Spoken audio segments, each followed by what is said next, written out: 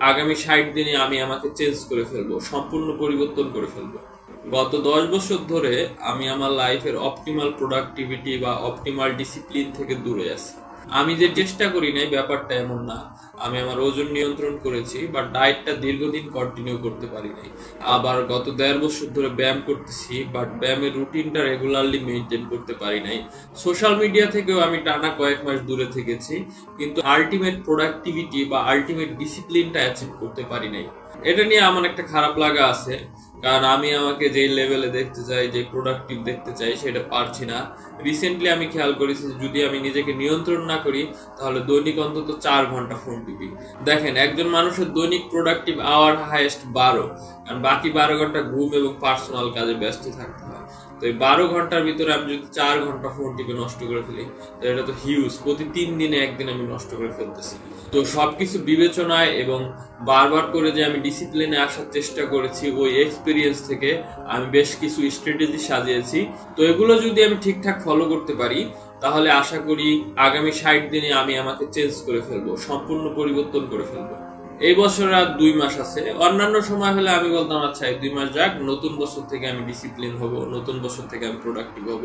কিন্তু আমি জানি যে এইটা একটা ফাঁদ। এই ফাঁদে বললে আর কোনোদিন ডিসিপ্লিন হওয়া হয় না, কোনোদিন প্রোডাক্টিভ হওয়া হয় না। তাই আগামী ৬০ দিনের জন্য আমি বেশ কিছু প্ল্যান সেট করেছি এবং বেশ কিছু টার্গেট সেট করেছি।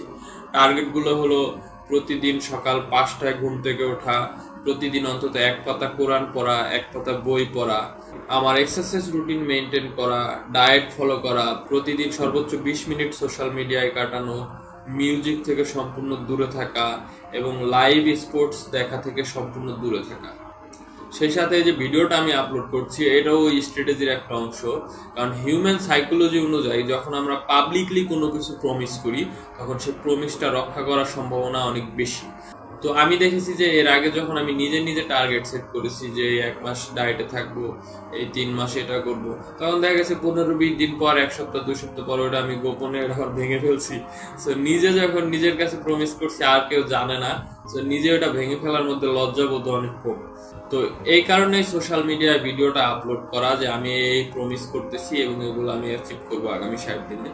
সেই সাথে আমি আমার ফেসবুক পেজ, ইউটিউব এবং টিকটকে এই চ্যালেঞ্জের আপডেটগুলো শেয়ার করতে থাকবো, যাতে কয়েকদিন পর আমি ছেড়ে না দেই।